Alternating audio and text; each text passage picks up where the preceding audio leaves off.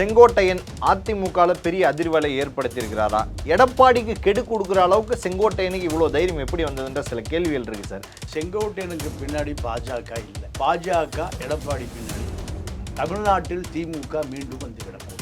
அப்போ அவர்கள் எடப்பாடியை தவிர திமுகவை எதிர்க்கக்கூடிய வலுவான கட்சி, வலுவான ஓட்டு வங்கி வேற யாரும் இல்லை. எடப்பாடி முதலமைச்சர் ஆக்குவது தான் பாஜகவுடைய. அந்த செங்கோட்டையன் அவர்கள் கெடு 10 நாள் தான் உங்களுக்கு அவகாசம், அதுக்குள்ள நல்லது நடக்கும் அப்படின்னு நினைச்சிட்டு போறேன் அப்படின்னு சொல்றாருல்ல சார். எடப்பாடி அவர்கள் இந்த 10 நாளுக்குள்ள ஏதாவது மாற்றத்தை ஏற்படுத்துவாரா? 10 நாள் இல்லை, 10 வருஷம் ஆனாலும் மாற்றத்தை ஏற்படுத்துவாங்க. ஏன்னா எடப்பாடி கட்டுப்பாட்டில் கட்சி இருக்கு, பிஜேபி. இதை விட வேற என்ன விட செங்கோட்டை சித்தாந்த ரீதியாக, அரசியல் ரீதியாக, கொள்கை ரீதியாக, திராவிட ரீதியாக ஒன்றுமே தெரியாது. மண்ணு நெட்டையில் இருந்தால் ஜெயிப்பார். எங்க கோபி நெட்டையில் யார்கிட்ட இருக்கோ அதுதான் அண்ணா. இப்போ யார்கிட்ட இருக்கு? எடப்பாடி. இப்போ செங்கோட்டையர் ரெட்டையில் இல்லாமல் ஜெயிச்சு வந்துடுவாரா? ஏன் ஜெயலலிதா மறைவுக்கு பிறகு சசிகலா, தினகரன், ஓபிஎஸ் எல்லாம் இப்போ விஜய் கூடுறப்ப ஒரு மாநாட்டை கூட்ட வேண்டியதானே? பின்னாடி ஒரு காக்கா குஞ்சு கூட இல்லை. நீதிமன்றம் கேட்குது, அதிமுக ஆஃபீஸை கடப்பாரிட்டு உடைச்சப்போ உனக்கு எத்தனை பொதுக்குழு உறுப்பினர் லிஸ்ட்டை கொண்டாங்குது? ஓபிஎஸ் பின்னாடி ஒரு ஆள் இல்லையே. டிடிவிக்கு பின்னாடி ஒரு பொதுக்குழு, செயற்குழு, நிர்வாகக்குழு, எம்எல்ஏ, எம்பி ஒரு ஆள் இல்லையே. அப்போ இவங்க எதுவும் சேர்க்கணும்? இவங்களுக்கு பின்னாடி என்ன மாஸ்? இதுதான் எடப்பாடி கேட்குறாரு. எம்ஜிஆரோடு பழகியவர்கள் இப்போ ஒரு சமரச முயற்சியை ஏற்படுத்துகிறாங்க. அந்த சமரச முயற்சியில் ஓபிஎஸ் நிபந்தனையற்ற சரண்டர் யாருக்கிட்ட? எடப்பாடி விழுந்தார். இனி சேர்த்துக்குங்க, அவர் வழியே இல்லை. இல்லை, இதுதான் உண்மை. அப்போ செங்கோட்டையனுக்கு வேலையே இல்லை. அடுத்து டிடிவி, சசிகலா ஒரு ரோலே இல்லை.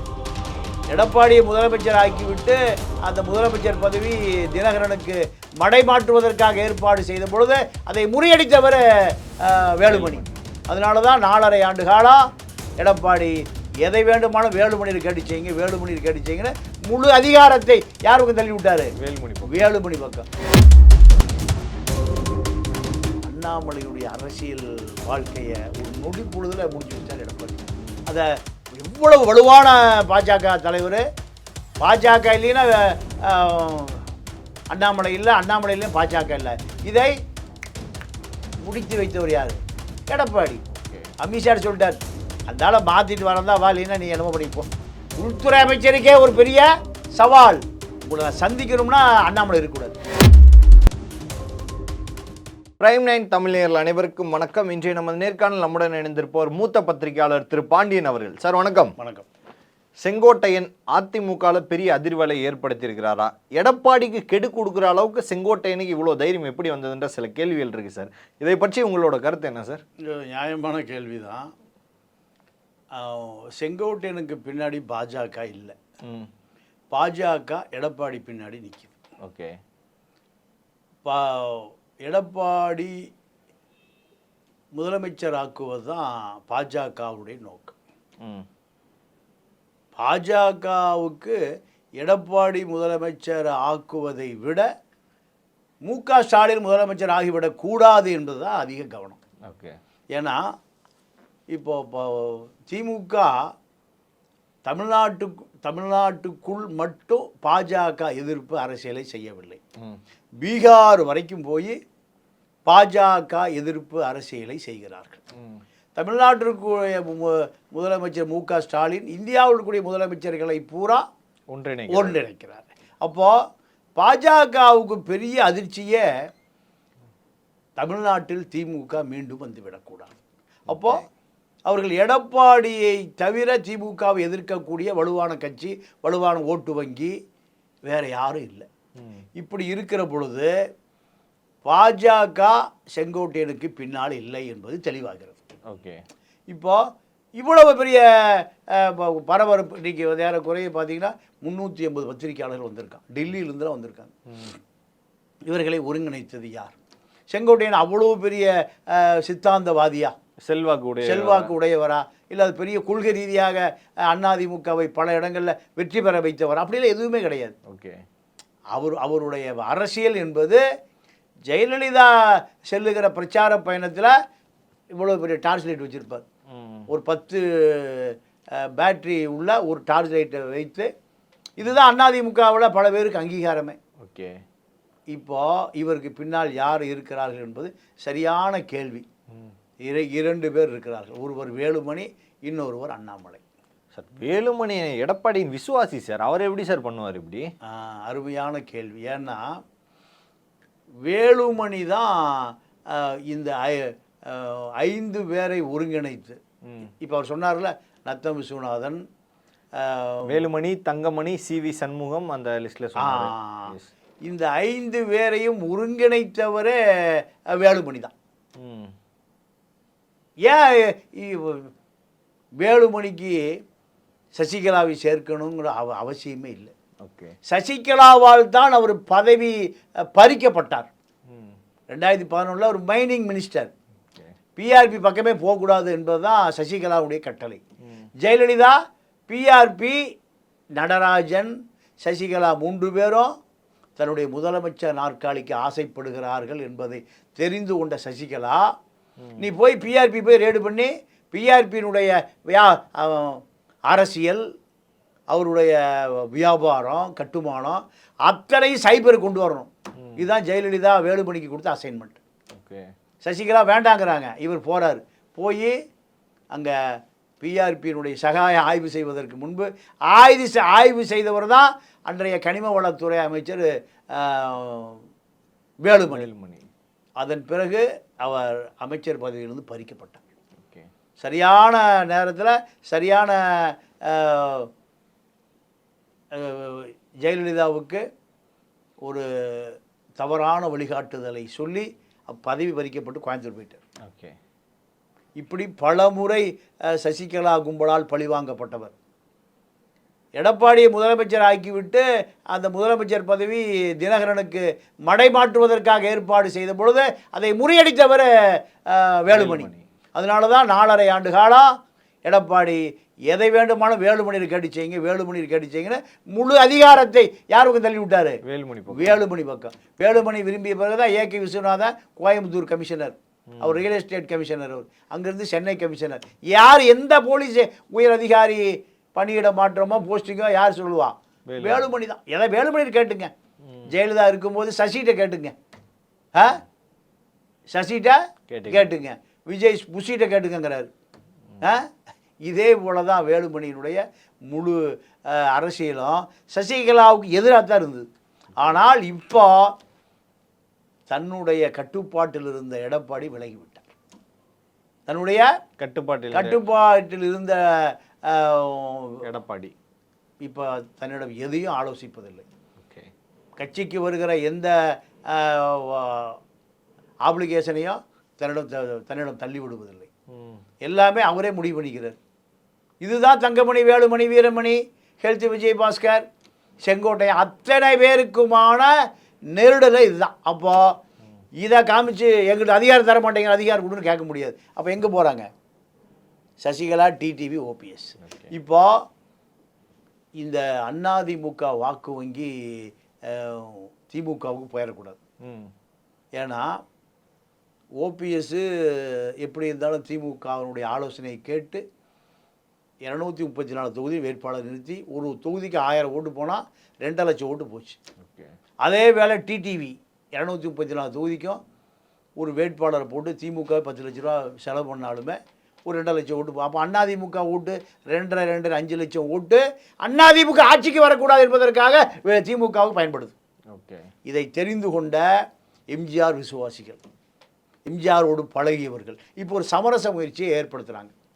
அந்த சமரச முயற்சியில் ஓபிஎஸ் நிபந்தனையற்ற சரண்டர் யாருக்கிட்ட? எடப்பாடிக்கிட்ட விழுந்தார். இனி சேர்த்துக்குங்க, அவர் வழியே இல்லை. இதுதான் உண்மை. அப்போ செங்கோட்டையனுக்கு வேலையே இல்லை. அடுத்து டிடிவி, சசிகலா ஒரு ரோலே இல்லை. டிடிவியோட நிலைமை பரிதாபத்துக்குரியது. பிஜேபி கையை விட்டான். அவருடைய வங்கி கணக்குகள் முழுக்க முடக்கப்பட்டது, சொத்துக்கள் முழுக்க முடக்கப்பட்டது. அவருடைய அந்த சுகை சந்திரா ரெட்டையிலை வழக்கு தலைக்கு மேலே கத்தி தொங்குது. இப்படி பல பிரச்சனை அவருக்கு. தன்னுடைய குடும்பத்தில் ஒரு பெரிய ஒரு வருத்தம் அவருக்கு. அவருடைய புத்திர பாசம் அது பெரிய வருத்தம். அந்த பெண் வீட்டுக்கு வந்துருச்சு. அது அதெல்லாம் சொல்லக்கூடாது, நமக்கு பொண்ணு இருக்குது. அப்போ இப்போ அவர் பிஜேபி நம்பினார். பிஜேபி எடப்பாடியில் பேசிக்கிட்டான். எங்களுக்கு பாஸ் எடப்பாடி தான். எடப்பாடி தான் எங்களுக்கு முதலமைச்சர் வேட்பாளர், எடப்பாடி தான் திமுக எதிர்க்கக்கூடிய ஒரு ஆள், வலுவான ஆள். இதில் ஓபிஎஸ்ஸோ சசிகலாவோ டிடிவியோ யாரும் இல்லை. நாங்கள் எடப்பாடி தான் நம்புகிறோம். அதனால் எதாக இருந்தாலும் எங்கள் இந்த கூட்டணிக்கு தலைவர் யார்? எடப்பாடி தான் பேசிக்கிட்டாங்க. இப்போ டிடிவிக்கு வேறு ஆப்ஷனே இல்லை. அதனால தான் பிஜேபியோடு நான் முடிச்சுட்டு வந்துட்டேன் சொல்லிட்டார். பிஜேபியோடு முடிச்சா யார்கிட்ட வந்து சேரணும்? எடப்பாடிக்கிட்ட. இப்போ ஓபிஎஸ் நிபந்தனையற்ற ஆதரவு, டிடிவி என்னை எப்படியாவது பிஜேபியிலேருந்து காப்பாற்றி விடுங்க, இப்படி தான் தூதுவர்கிட்ட சொல்லிகிட்டு இருக்காரு. இப்போது இது ரெண்டும் முடிந்து விட்டால் வேலுமணிக்கும் வேலை இல்லை, அண்ணாமலைக்கும் வேலை இல்லை. அண்ணாமலைக்கு என்ன கோபம்? தன்னுடைய அரசியல் வாழ்க்கை இவ்வளோ சீக்கிரம் முடியும்னு எதிர்பார்க்கவே இல்லை. ரொம்ப சீக்கிரம் முடிஞ்சிச்சு. அதை எவ்வளவு வலுவான பாஜக தலைவர், பாஜக இல்லைன்னா அண்ணாமலை இல்லை, அண்ணாமலை இல்லைன்னா பாஜக இல்லை. இதை முடித்து வைத்தவர் யார்? எடப்பாடி. ஓகே, அமித்ஷா சொல்லிட்டார், அதனால மாற்றிட்டு வரந்தா வா, இல்லைன்னா நீ என்னமோ பண்ணிப்போ. உள்துறை அமைச்சருக்கே ஒரு பெரிய சவால். உங்களை நான் சந்திக்கணும்னா அண்ணாமலை இருக்கக்கூடாது. வேட்புமனுவை வாங்கி யாரும் வேட்புமனு தாக்கலே பண்ணாமல் நயினா நாகேந்திரன் தான் தலைவர் அனௌன்ஸ் பண்ணிட்டு தான் அமித்ஷா எங்கே போகிறாரு? கூட்டணிக்கே வந்தார். அப்போ அந்த அளவுக்கு எடப்பாடி உறுதியாக நின்று ஜெயிச்சிட்டாரு.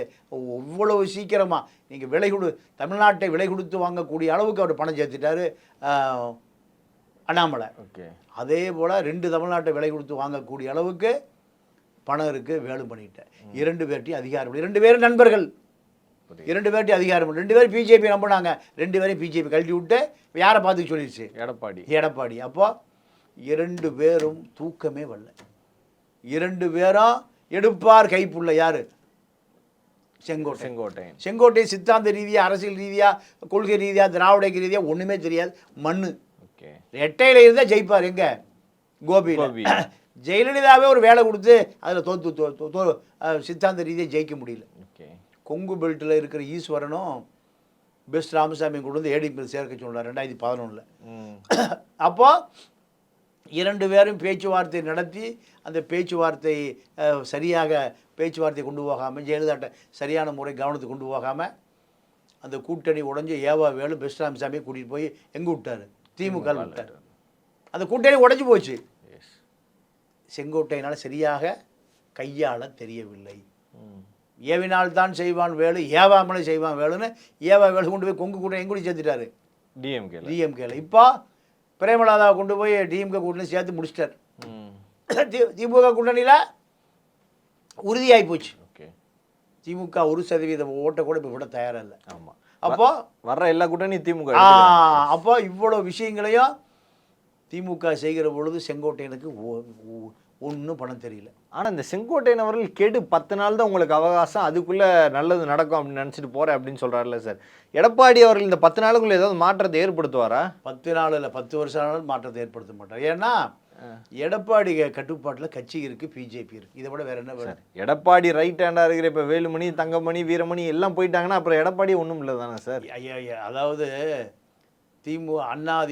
திமுகவில் பல வேலுமணி, தங்கமணி, வீரமணி, ஹெல்த் விஜயபாஸ்கர், கேதார் தேஜ் பல பேர் போயிட்டான்.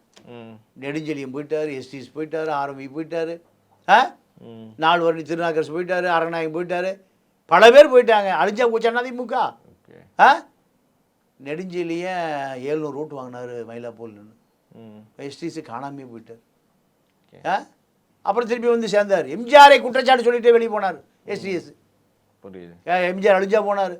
ஜெயலலிதாவை எத்தனையோ பேர், ஜானகி 4 வரணி 3 வரணி, பல அணிகள் போச்சு. ஜெயலலிதா அழிஞ்சா போச்சு, அதிமுக அழிஞ்சா போச்சு.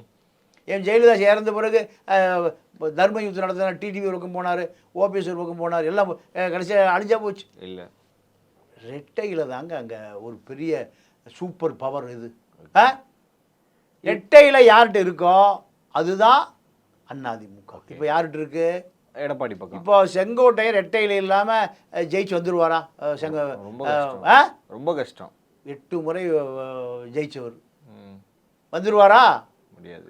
ஓபிஎஸ்க்கு பின்னாடி ரெட்டையில் இல்லாமல் அவர் இல்லாமல் என்னாச்சு? பலாப்பழம் வச்சு முடிச்சுட்டு இருக்கு. டிடிவி கதை என்ன? டிடிவி அடையாளமே மன்னார்குடி. மன்னார்குடி போகிறதே இல்லை. மன்னார்குடிக்கு போகிறதே இல்லை. 25 ஆண்டு காலம் ஜெயலலிதாவை வைத்து அதிகாரம் செலுத்திய சசிகலா ஒரு பய பின்னாடி இல்லை. ஒரு எம்எல்ஏவாக இருக்கானா பின்னாடி இல்லை, ஒரு எம்பியாக இருக்கானா, வட்டச் செயலாளர் இருக்கானா இல்லை. அப்போ உங்களை ரெட்டை இலை எங்கே இருக்கோ அங்கே தான் அதிமுக 1 கோடி தொண்டை நிற்பான். இது யாருக்கு தெரிஞ்சது? பிஜேபிக்கு தெரிஞ்சுக்கிச்சு, அமித்ஷாவுக்கு தெரிஞ்சது, மோடிக்கு தெரிஞ்சது, நட்டாவுக்கு தெரிஞ்சது, எல்லா பிட்டாவுக்கும் தெரிஞ்சது. ஆனால் யாருக்கு தெரியல? வேலுமணிக்கு தெரியல, செங்கோட்டையனுக்கு தெரியல சார். ஆனால் இந்த 4 பேரை சேர்த்துக்கிட்டா அதிமுக இன்னும் கொஞ்சம் பலமாக தானே சார் ஆகும். அதில் என்ன சார் பிரச்சனை? இல்லை, அது எல்லாரும் கேட்குறது தான், அரசியலே தெரியாதவங்களுக்கு கேட்குற வேலை. 4 பேர் வந்தால் அது 4 பேர் அணியாயிரும். இப்போயே 4 பேர் அணியாக தானே இருக்கு. இப்போ 4 பேர் அணின்னு நான் அதிமுக 4ஆவா இருக்கு, ரெட்டையில 4ஆவா இருக்கு. அதிமுக விட்டு போனவங்க எல்லாம் 4ஆ இருக்கிறாங்க. அவங்களுக்கு பின்னாடி பொண்டாட்டி கூட வர்றதில்லை, மனைவி ஓட்டு கூட கிடைக்காது. யாருக்கு பின்னாடி? அதிமுக விட்டு போறவனுக்கு பின்னாடி மனைவியே ஓட்டு போட மாட்டான். அப்போ யார் மக்கள் ஓட்டு போடுவான்? ஏன் ஜெயலலிதா மறைவுக்கு பிறகு சசிகலா, தினகரன், ஓபிஎஸ் எல்லாம் விஜய் கூடுறப்ப ஒரு மாநாட்டை கூட்ட வேண்டியதானே? பல லட்சம் தொண்டர்களோட கூட்டினா எடப்பாடி முதலாக போய் சேர்ந்துருவார். பின்னாடி ஒரு காக்கா குஞ்சு கூட இல்லை. புரியுது. நீதிமன்றம் கேட்குது, அதிமுக ஆஃபீஸை கடப்பாறை இட்டு உடைச்சப்ப உனக்கு எத்தனை புதுக்குழு உறுப்பினர் லிஸ்ட்டை கொண்டாங்குது? ஓபிசி பின்னாடி ஒரு ஆள் இல்லையே. டிடிவிக்கு பின்னாடி ஒரு பொதுக்குழு, செயற்குழு, நிர்வாக குழு, எம்எல்ஏ, எம்பி ஒரு ஆள் இல்லையே. அப்போ இவங்களை எதுவும் சேர்க்கணும்? இவங்களுக்கு பின்னாடி என்ன மாஸ்? இதுதான் எடப்பாடி கேட்குறாரு. எடப்பாடி என்ன கேட்குறாருன்னா, உங்கள்கிட்ட நீங்கள் 21 தேர்தலில் தமிழ்நாட்டுடைய சவுத்து தான் அடி வாங்குது. ஓபிஎஸ் அந்த சமூகத்தினுடைய அடையாளம்னா அங்கேருந்து எத்தனை எம்எல்ஏ வந்திருக்கணும்? ஒரு 50 எம்எல்ஏ வந்திருக்கணுமே. ஒரு ஆள் வரலையே. திமுக அங்கே ஜெயிக்குது, நீ தடுமாறி வர்றீங்க. அப்போது செல்வாக்கு இல்லைன்னு தெரிஞ்சுக்கிட்டார். நீங்கள் ஒரு மனிதன் பாஜக ஏன் எடப்பாடிட்டு வருது? ஏன்னா ரெட்டையில் இருக்குது. இன்னொன்று வந்துட்டு அதிமுக ஒரு பக்கம் தான் இருக்குது. எடப்பாடி பாஜகவுக்கே தெரிகிற அரசியல் ஏன் ஓபிஎஸ்க்கும் டிடிவிக்கும் தெரியல? ஓகே. ஆனால் செங்கோட்டையன் அவர்கள் நான் எம்ஜிஆர் விசுவாசி, எம்ஜிஆர் வந்து போனவங்களை சேர்த்துக்கிட்டா தான் அடுத்தடுத்து வளருவோம் அப்படின்னு சொன்னாருன்னு சார். இந்த பாயிண்ட் எதுக்கு சொல்கிறாரு? இல்லைங்க, அவரை சேர்த்துக்கு சொல்கிறாரு, வேற ஒன்றும் இல்லை. செங்கோட்டையனே சேர்த்துக்கு அதிகாரத்துக்குள்ள என்ன வச்சுக்கங்கிறார். எதா இருந்தாலும் என்னுடைய மாவட்டம் என்ன கேட்டு செய்யுங்கிறார். ஓகே. அங்கே கருப்பணா ஒருத்தர் வந்துட்டார். ஏன் பழைய அமைச்சர் கருப்பணம் தான் இப்போ ஈரோட்டுக்கு அரசியல் பண்ணுறாரு. கோபி வரைக்கும் அரசியல் பண்ணுறாரு. இப்போ கருப்பணனை விட்டுட்டு என்ன சேர்த்துக்கிறார்? கட்சிக்கு செலவு பண்ணுறதுக்கு தகுதி இல்லை. உங்களுடைய பிஏ கதிர் முருகன் ஒரு 2000 கோடி வச்சுருக்கான். கதிர் முருகன் பிஏ கோட்டூர் போகிறோம், இப்போ கவுன்சிலர். சைதாவில் சீட்டு கேட்குற சைதாப்பேட்டை. உங்களுக்கு ஒரு உதவியாளர் பல 1000 கோடி சம்பாரிச்சிருக்கான். கோட்டூர்புரத்தில் இப்போ நடந்த கொரோனாவில் ஒரு வருஷம் 2000 பேர் காலையில் மத்தியானம் நைட் சோறு போடுறார். யார்? கதிர் முருகன். அப்போ எவ்வளோ 1000 கோடி இருக்கணும்? ஒரு உதவியாளராக இருந்தவங்ககிட்ட பல 1000 கோடி. உங்கள்கிட்ட எவ்வளோ 1000 கோடி இருக்குது கதிர்கிட்ட? செங்கோட்டை பையன் கதிர்கிட்ட எவ்வளோ இருக்குது? எழில்னு ஒரு பிஏ, அவர் தான் டெப்டி டைரக்டராக இருந்து ஓய்வு பெற்றார். அவருடைய வீடு பண்ணை வீடு எங்கள் பெசன் நகரில் தினகரன் வீட்டுக்கு அதை விட பெரிய வீடு, அந்த போஸ்ட் ஆஃபீஸுக்கு ஏற்ற மாதிரி இருக்கு. அப்போ இதெல்லாம் எங்கேயே கொள்ளையடிச்சிங்க? ரெட்டையில் தானே. அப்போ ரெட்டை இலையை தோற்கடிக்க வேணும்னு நீ சொன்னேன். நீ உண்மையான எம்ஜிஆர் சொன்னா? ரெட்டையில ஆட்சிக்கு வரணும் தான் அதிமுக அடிப்படை தொண்டை வரைக்கும் விரும்புகிறான். ஆனால் நீ ரெட்டையில தோக்கணும்னு நினைக்கிற, அதுதான் குட்டையை குழப்புற. நீங்கள் இவர் எப்படி இவர் வந்து திமுக உண்டா இருக்கிற பொழுது சூரியனில் வெற்றி பெற்ற அரசியல் ஆரம்பித்த நபர் தான் செங்கோட்டை. எங்கள் அந்த குள்ளம்பாளையத்தில் ஊராட்சி ஒன்றியத்தில் ஜெயிக்கிறார். ஜெயித்த பிறகு அப்போ மாட்டுக்கார வேலனுடைய தயாரிப்பாளர் வேலுமணி, ஜிஎன் வேலுமணி, சரவணா பிக்சர்ஸ், அவர் தான் கூட்டிகிட்டு போய் எம்ஜிஆர்ட்ட அறிமுகப்படுத்துறாரு. எங்கள் ஊர் பையன் கூட வச்சுக்கணும். அப்போ தான் சத்தியமங்கலத்தில் சீட்டு கொடுத்து இவர் எம்எல்ஏவை ஜெயிக்கிறார். நீ அதிமுக வெற்றி பெறுவதற்கு உண்மையாக இருக்கணுமா, இல்லை வேலுமணியும் அண்ணாமலையுடைய சதிக்கு நீ தலையாட்டி பொம்மையாக இருப்பது என்பதை அதிமுக தொண்டை தெரிஞ்சுக்கிட்டான். பல முறை சசிகலாவணி பழி வாங்கப்பட்டிருக்காய், பல முறை ஓபிஎஸ் உன்னை கண்டுகொள்வதே இல்லை. ஆனால் இப்போ அவர்களுக்காக வக்காலத்து வாங்குறீங்கன்னா இது உண்மை அல்ல. ஆனால் செங்கோட்டையன் அவர்கள் பர்ஸுலேருந்து ஒரு 10 பைசா எடுக்க மாட்டார் நீங்களே சொல்லிடுறீங்க சார். அப்படிப்பட்ட செங்கோட்டையன் அவர்கள் இன்னைக்கு அவ்வளோ பேரை கூட்டி அவ்வளோ ப்ரெஸ்ஸை கூட்டி எல்லாருமே வந்திருக்காங்க. எப்படி இந்த க்ரௌடு உருவாக்குனாருன்றதே ஒரு டவுட்டாக இருக்குல்ல சார். செங்கோட்டையனுக்கு இவ்வளோ மாசா பண்ணுற மாதிரி. அதாவது பின்னாடி வேலுமணியும் அண்ணாமலையும் இருக்காங்க. அவங்க பண்ணது அவங்க எல்லாம் அவர்கள் தான். ஏன்னா நீங்கள் அண்ணாமலையுடைய அரசியல் வாழ்க்கையை ஒரு நொடி பொழுதுல முடிச்சு வச்சிட்டார் எடப்பாடி இல்லையா? அந்த கோபம் எதா இருந்தாலும் வேலுமணியை கேட்டுக்க, ஜெயலலிதா சசிகலாவை கேட்டுக்கங்கிற மாதிரி, விஜய் புஷியை கேட்டுக்கங்கிற மாதிரி. இதுக்கு எடப்பாடி திரும்பி பதில் சொல்லுவாப்புல சார். கண்டிப்பாக அதிகாரம் வரும்போது எல்லாம் பதில் வரும். இப்போ அதிகாரத்தை நோக்கி நகர்வதற்காக அமைதியாக இருக்கார். புயல் வருவதற்கு முன்பு எப்படி இருக்கும் காடு? புயலுக்கு அப்படியே அமைதியாக இருக்கும். புயல் வருவதற்கு முன்பு காற்றே இருக்காது. புயலுக்கு முன் அமைதிங்கிற மாதிரி அதிகாரம் வரணும், அவ்வளோதான். அதிகாரத்துக்கு வருவதற்கு இந்த கட்சியை ஆட்சியில் அமர்த்துவதற்காக எடப்பாடி அமைதியாக இருக்கிறார் என்பதற்காக எடப்பாடி வீரமே இல்லாதாலும் நம்ம முடிவு பண்ண முடியாது. இல்லைன்னா இவ்வளோ பெரிய பாஜகவிடமிருந்து கட்சியை காப்பாற்றிருக்காரு. ஓபிஎஸ் இதே பதவியிலிருந்து என்ன இருக்கும்? அண்ணாதிமுக கொடியில் போகிற அண்ணா இருக்க மாட்டார். அண்ணா காவி கடலில் இருப்பார். அண்ணா காவி கடலில் இருப்பார். அது யார், அண்ணாவா இல்லை சங்கராச்சாரியன்னு தெரியாமல் இருக்கும். ஓபிஎஸ் கொடுத்தா மொத்தமாக சங்கர மடத்துக்கு விற்றுருப்பார். ஆனால் எடப்பாடியை பொறுத்தவரை பிஜேபியை 1.5 ஆண்டு காலம் பாய்த்து கொண்டு வெளியே வந்து இந்த துரோகிகள் கூட்டம் அதிகமான பிறகு இவர்களை இந்த கட்சியை காப்பாற்றுவதற்கு வழி இல்லை என்பதற்காக போய் எங்கே சரண்டர் ஆனார்? பிஜேபி சரண்டர் ஆன பிறகு பிஜேபி இவர்கிட்ட வந்து இப்போ சரண்டர் ஆகிருக்கு. 2024 மக்களவைத் தேர்தலில் பிஜேபியோட ஒழுங்காக கூட்டணி போயிருந்தால் 30 MP ஜெயிச்சிருக்கலாம்னு சொல்கிறார் சார் செங்கோட்டையன். இல்லைங்க, 30 MP ஜெயிச்சிருக்கலாம். மாநிலத்தில் அவர் சட்டமன்ற தேர்தலில் முஸ்லீம் கிறித்துவர்கள் தலித்து ஓட்டே போட மாட்டான். இப்போ நிலைமை அப்படி தான் வந்துருச்சு. இதைத்தான் அவர் கட்சி அழிஞ்சு போகும் அப்படிங்கிறக்காக தான் அவர் கூட்டணியை சேரலை. ஏன்னா திமுகவுடைய வெற்றி எதில் நிற்கிது? முஸ்லீம் கிறித்துவ தலித்து வாக்கள் தான் திமுகவை நிற்கிது. Minority oats. அதை உடைக்கணுங்கிறக்காக தான் பிஜேபி வெளியே வராரு. இது தப்பா? செங்கோட்டையனுக்கு சுக்கும் தெரியாது, புண்ணாக்கும் தெரியாது, இஞ்சியும் தெரியாது. செங்கோட்டையனுக்கு பொங்கு ஈஸ்வரனையும் வெஸ்ட்ராமசாமி கூட சேர்க்க தெரியலையே. நீ உண்மையான அரசியல் தெரிந்தவனாக இருந்தால் யாரை கொண்டு சேர்த்துருக்கணும்? 2 பேரையும் கொண்டு சேர்த்துருக்கணும். சேர்க்க முடியலையே. இப்போ 2 பேர் திமுக பக்கம்ல இருக்காங்க. கொங்கு பக்கம் வீக்காக இருக்கிறதுக்கு என்ன காரணம்? நீங்கள் சரியாக அரசியல் பண்ணல, செய்ய வேண்டிய அரசியலை செய்யவில்லை. இதுதான் செங்கோட்டையனுடைய ரோல். செங்கோட்டை இப்போ தஞ்சாவூர் தலையாட்டி பொம்மையாக அண்ணாமலைக்கும் வேலுமணிக்கும் ஏஜெண்டாக செயல்படுகிறார் தவிர அவர்களை சேர்க்க வேண்டும் என்பதெல்லாம் இவருக்கு நோக்கம் இல்லை. புரியுது. இவர் எடப்பாடிக்கு ஒரு இடையூறு கொடுக்கணும், ஒரு இடையூறு கொடுத்து கொண்டே இருக்க வேண்டும் என்பதான் இவங்க இரண்டு பேருடைய நோக்கம். அதை செங்கோட்டையன் வழியாக செய்கிறாங்க. எடப்பாடி சப்போஸ் யாரையுமே சேர்த்துக்க மாட்டேன், இல்லைப்பா முடிஞ்சுப்பா அப்படின்னு சொல்லிட்டாருன்னா இவங்க எல்லாம் விஜயின் பக்கம் போக வாய்ப்பு இருக்கா சார்? இல்லைங்க, எங்கே வேணால் போட்டுங்க. ஆனால் இவர்களுக்கு அதிமுக அடையாளம் மாறியும் மறந்தும் போய்விட்டால் இவர்களுடைய அரசியல் ஒரு நொடியில் சரிஞ்சு போயிடும். ரெட்டையில் இல்லைன்னா இல்லை. நீங்கள் எங்கே போனாலும் இவர்கள் சுயேட்சை ஆட்கள் தான். ஓபிஎஸ்ஸாக இருக்கட்டும், டிடிவியாக இருக்கட்டும், என்ன ஆட்கள்? சுயேட்சை ஆட்கள் தான். சுயேட்சை ஆட்களுக்கு என்ன மரியாதை இருக்குமோ அதே மரியாதை தான். பல்வேறு கேள்விகளுக்கு அரசியல் பலித்தமைக்காக மிக்க நன்றி சார். நன்றி வணக்கம். நன்றி வணக்கம்.